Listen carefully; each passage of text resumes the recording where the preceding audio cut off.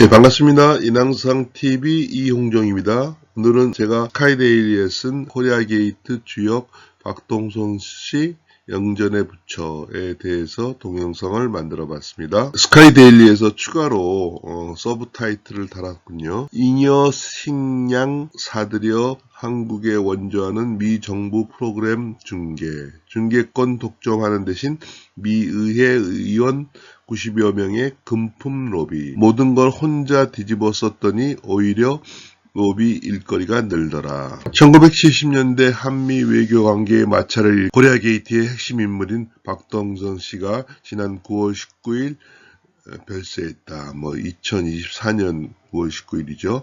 필자의 박사학위 논문 부제가 코리아 게이트이다. American Foreign Policy and the Press, The Case of Korea Gate. 논문의 본 주제는 미국 외교정책과 언론이지만 사례 연구가 코리아 게이트라 거의 5년간 박동선, 김한조, 통일교 등과 씨름해야 했다. 이 부고 사진을 올린 것은 박동선 씨가 평생 결혼을 하지 않았습니다. 그래서 올렸고요. 코리아 게이트 사건이 한창일 때 박동선 씨 사진입니다. 김한조 씨 사진입니다. 박동선 씨도 그렇지만 김한조 씨가 잘생겼죠. 통일교의 문선명 씨 부부. 통일교에 대해서 제가 짧은 칼럼에서 전혀 언급을 못했지만 앞으로 제가 제 논문을 확대해서 코리아 게이트의 주역들 이런 식으로 책을 쓰려고 할 때 좀 자세히 내겠습니다. 코리아 게이트를 공부하고 통일교에 대해서 조사를 하다 보니까 놀란 게 많았어요. 일반적으로 아시다시피 통일교가 전 세계적으로 확대돼갖고 좋은 의미든 나쁜 의미든요. 제가 이제 신시내티 대학에서 식당에서 밥을 먹는데 1980년대입니다. 지금은 한국에 대한 이미지가 K-팝으로 좋은 이미지가 많지만 물론 통일교에 대해서도 좋은 의미를 가진 사람이 저한테 어디서 왔느냐 그래서 사우스 코리아에서 왔다. 그러면 원조, 교주라고 그러나요? 그런 내 나라에서 왔다고 존경스러운 표정을 보죠. 그리고 길거리에서 꽃을 파는 한국인 유학생, 중국인, 일본인 유학생, 미국 사람들 그런 사람들 많이 보고 결혼식을 합동 결혼식을 서로 신랑과 신부를 점지해줘갖고 합동 결혼식을 한다. 그런 거는 다 아는 얘기인데 이 총이 그 결혼식에 등장한다는 건 이번에 제가 처음 알았습니다. 통일교에서 미국의 대학생들을 많이 선교를 해갖고 신앙 연수를 시킵니다. 부모들이 와서 그 애들을 찾아간다 그럴까요? 그러면 통일교에서 그 부모를 고발합니다. 신앙의 자유를 침해했다. 통일교에서 이제 코리아 게이트랑 연결된다고 볼 수 있는데 매일 아침 미국 의회 의원들 사무실에 아침 열자마자 8시에 연다 그러면 8시에 딱 가서 꽃을 꽂아 놓습니다. 필요 없다. 오지 마라. 그래도 계속합니다. 그럼 나중에는 그냥 놔둡니다. 통일교의 그 기독교의 선교 방식으로 좋은 점이랄까 나쁜 점이라든가 놀랄만한 것을 많이 공부했습니다. 코리아 게이트 사건은 박동선 사건이라고 할 정도로 박동선의 핵심 주역이었다. 이야기를 들으면 김한조 씨는 아니다. 내가 코리아 게이트의 핵심이다. 대한민국 위해 내가 더 큰 역할을 했고 희생양이 된 것이다. 라고 말할 것 같다. 이 글의 주제인 박동선으로 넘어가기 전에 김한조에 관한 에피소드 하나 소개한다. 독실한 기독교 신자인 김한조는 미국 오하이오의 톨레도에 유학와서 처음 맞는 주일에 가지고 온 500달러를 모두 헌금하였다. 독실한 사람이었습니다. 나중에 이제 제가 책을 쓰면 좀 더 얘기하겠지만 김한조 씨는 이게 이제 로비스트냐 애국자냐 이건 마찬가지로 박동선도 마찬가지인데 자기는 대한민국을 위해서 물론 애국한 것이죠. 그렇기 때문에 자기는 억울해도 감옥소에 들어가겠다. 그런 입장이고 또 박동선은 그걸 잘 피했다고 볼 수 있죠. 그래갖고 감옥에는 안 갔죠. 유죄도 안 받았죠. 그리고 잘 견뎌내고 자기가 또 로비스트로 계속 활동하고 그랬습니다. 개인적인 삶에서 계속 동선 씨는 풍요한 삶을 살았고 김한조 씨는 망했죠. 한국에 귀국해서도 중앙대 이사장하고 알아갖고 거기 게스트하우스 같은 데서 살고 그랬었습니다. 비참하게 최후를 마쳤죠. 박동선은 1935년 평남 순천에서 주유소에서 미룡산사 막내 아들로 태어났다. 17세 때 미국으로 건너가 조지타운대를 졸업하였다.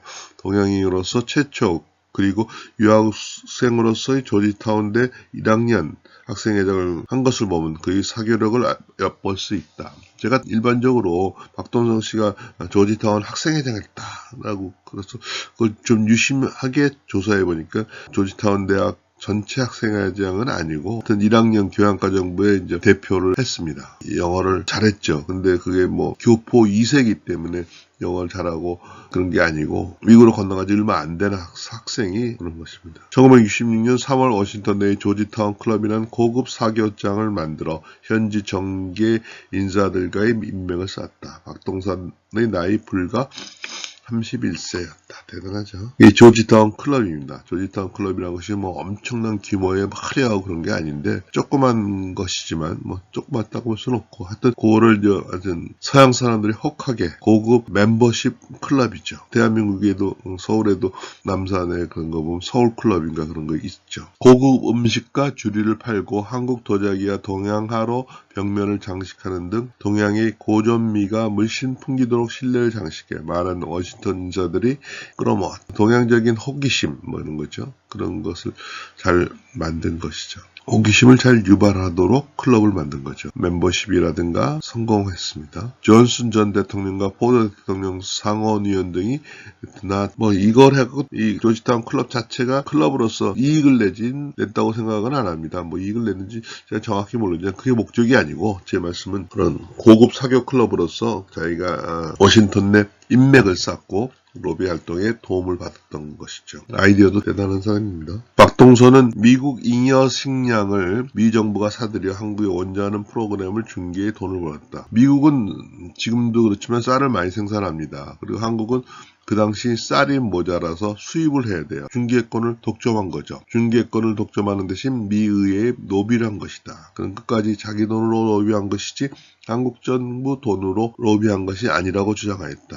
애국심으로 정치 자금을 준 것이라고 했다. 박동선은 돈을 전달할 때 1대1로 하기 때문에 진짜로 주었는지 얼마나 주었는지는 제3자는 모른다. 이게 제 판단입니다. 실제로 준 것보다 더 줬다고 한국 정부에 이야기했을 수도 있다. 그러니까 우리나라에서 뭐 정치인과 기업들이 돈을 왔다 갔다 하면서 걸리는 거 보면 박동선한테 배워야 돼요. 좋은 의미든 나쁜 의미든요. 그래서 이제 우리나라에서 5만 원권이 생기고 금으로 전달하고 그런 것이 어떻게 보면 나쁜 의미에서 뇌물을 줄 수 있는 근거가 로비할 때 편하게 만들어진 것이죠. 김영식 전 외무장관의 아래 증언을 보면 한국 정부가 박동선의 편의를 봐준 것은 사실이다.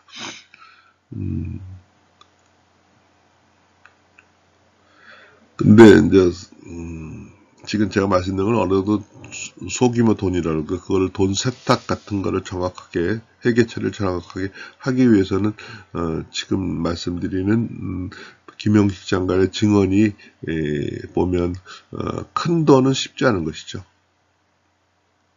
박이 운영하는 조지타운 클럽이 자금난이라고 해서 박이 가진 하나를 암시장에 받고 약 10만 달러를 파우치편으로 보내준 적이 있다. 정부 보유 달러 중 약 300만 달러를 박이 거래하는 은행에 예치해주고 박이 그 은행에서 빌릴 수 있도록 편의를 받았다. 정부 보유 달러라는 것이 그 당시 몇억 달러밖에 안 됐을지 모릅니다. 이 부분에서 한국 정부가 은행을 통해 꾸어준 것인지 준 것인지 불분명하다고 필자는 생각한다. 그래서 애국자인가 로비스트인가 아까 박동선과 김한조를 비교하면서 얘기하겠죠. 물론 박동선과 김한조 모두 애국자이면서 로비스트입니다. 1970년 한국은 국가 안보와 경제 모두 위기였다. 주한미군 7사단이 철수했고 미국 원조도 대폭 줄였다. 당시 한국과 처지가 비슷했던 대만은 효과적 로비로 미국 지원을 유지하고 있었다. 지금도 그렇지만 대만은 행정부 차원보다는 의회나 민간단체 간의 교류에 적극적이고 결과도 긍정적으로 나타나고 있다. 한국은 한국식이었다. 미국에서 이제 로비라든가 시민단체를 공부하다 보면 이 대만이 그런 걸 잘한 것 같아요. 뭐 대만이 중국이 부상하기 때문에 그렇게 할 수밖에 없는 점도 있었지만 그게 이제 그야말로 풀뿌리 민간 외교 차원 그런 걸 잘하는 것 같아요. 근데 그런 걸 하니까 정부 차원의 로비라든가 외교도 해야 되지만 그것이 쉽게 안 무너지는 것이 대만의 사례에서 알 수 있었습니다. 제가 공부할 때 보니까요. 1976년 10월 워싱턴 포스트가 박동선이 미국 시민권자인 사업 김한조 등과 중앙정부의 지원을 받아 리차드 해너 등 미국 정치인 90여 명에게 박정희 정권 지지의 대가로 50만 내지 100만 달러의 뇌물을 건넸다고 보도했다. 그러니까 통일료는 그것이 또 로비에 가담했다는 의심을 받고 언론에 보도되고 했지만 그것이 뭐 법적으로 처리되고 그런 건 없었던 것입니다. 그러니까 박동선, 김한조, 딴 사람들도 불려가고 그랬지만 실제로 조사를 받는 건 박동선과 김한조였습니다. 코리아 게이트는 한미 코리아 게이트로 한미는 2년간 갈등했고 도널드 프레이저 하원 의원은 한국의 불법적인 로비에 대해 조사하기 시작했다. 여담이지만 코리아 게이트로 미국 국내에서 스타가 된 프레이저 의원은 나중에 자기 지역구에서 낙선한다. 그 당시 프레이저 하원 소위원회죠. 프레이저 위원회라고 그랬는데 그게 유명했었죠. 한국에 있던 박동선은 면책 특권을 받는 조건으로 1978년 열린 공개청문회에서 미국의 전현직 의원에게 85만 달러의 선거장갑을 제공한 사실을 인정하면서 1달러 떼었다. 자기 돈을 줬다 그랬죠. 그는 파이프 담배를 피우는 여의도 보였다. 결과적으로 미국 법원이 박동선에 대한 기소를 철회하면서 코리아 게이트는 종결되었다. 프레이저 의원이 위원장인 하원 국제기구소위원회가 1978년에 발간한 한미 관계보고서, 일명 프레이저 보고서에서 코리아 게이트에 대한 상세한 증언이 수록됐다. 불법 로비를 받았다는 미 정치인은 90여 명에 달했지만 실제 유죄 판결을 하원의원 1명뿐이었다. 이게 당연한 얘기지만 제가 공부하면서 정치학, 언론, 커뮤니케이션 이론적인 것도 공부했지만 역사적인 거, 그 다음에 또 이런 미국 정부 기관의 그 문서 같은 거를 이제 찾아보고 그랬죠. 그런 것을 찾아보기 쉽게 되어 있는 것이 미국 대학이었습니다. 한국도 요새 많이 발달되어 있죠. 한국 국회도서관 같은 데서 이제 볼 수 있게 되어 있죠. 박동선이 증언한 사진입니다. 처음에는 불법 로비, 나중에는 합법 로비로서 박동선의 로비는 기술적으로 효과적이었다고 필자는 생각했다. 끝까지 혼자 모르는 걸 뒤집어 썼더니 사건은 오히려 로비 일거리가 늘더라. 코리아 게이트로 발생한 대미강대는 한국 내외에서 큰 파장을 일으켰지만 역설적으로 박정희 정권이 굳건해지는 계기로 작용했다. 미의회 보고서는 박동선 활동이 효과적이었다고 인정했다. 나중에 박동선 씨가 여러 나라와 관련된 로비 활동하고 했던 사진을 하나 올렸습니다. 비온내 땅이 굳는다. 미국 내에서 처음에는 코리아 게이트가 불법 로비와 인권 문제에 대한 강력한 비판을 촉진해 시켰지만 결국 1970년대 미 의회는 한국에 대한 15억 달러 군수 원조를 승인했고 주한미군 철수연원도 수구로 들었다. 그러니까 박동선 그런 사람들이 뭐 불법으로 로비라고 문제가 많다고 막 언론에 떠들고 그랬지만 그것이 결국 그래서 뭐 처벌받은 미국 의회 의원도 있었지만 결국은 그것이 먹힌 거죠. 로비라는 것은 대한민국 국가 이익을 위해서 하는 것이니까 그걸 합법적으로 해야겠지만 그것을 최대한 노력을 해야겠죠. 모든 방법을 다 동원을 해야겠죠. 제가 뭐 불법을 하라는 얘기는 아닙니다. 참조로 코리아 게이트라는 영화의 출발은 워터게이트이다. 워터게이트 침입 사건은 1970년 6월 워싱턴 DC의 워터게이트 빌딩 컴플렉스에 위치한 민주당 전국위원회 본부에 수명의 백악관들이 침입하여 도청 장치를 설치했다가 검거되면서 미국은 내부 위기에 빠져들었다. 워터게이트, 여러분 복개천이라는 말 압니까? 부산에 제가 교수할 때 보면 복개천이라는 말이 많이 듣는 건데 서울에도 그런 말 쓰나요? 지하에 큰 수로가 지나간 위에다가 그걸 복개해갖고 도로를 만들고 그러는데 그 위에를 이제 개천을 덮고 거기다가 도로를 만들고 빌딩을 지었다는 뜻이죠. 워터게이트도 마찬가지죠. 그 밑에만 큰 물길이 있었는 것이죠. 이름이 그런 어원입니다. 미국민들은 닉슨 대통령이 이 사건을 사전에 알지 못했을 것이라 생각했고 11월에 열린 대선에서 닉슨은 압도적인 표차로 재선되었다. 그러나 백악관이 상기 사건에서 자기 역할을 은폐해왔고 백악관이 연루되어 있다는 사실이 명백해지면서 결국 닉슨 대통령은 사퇴한다.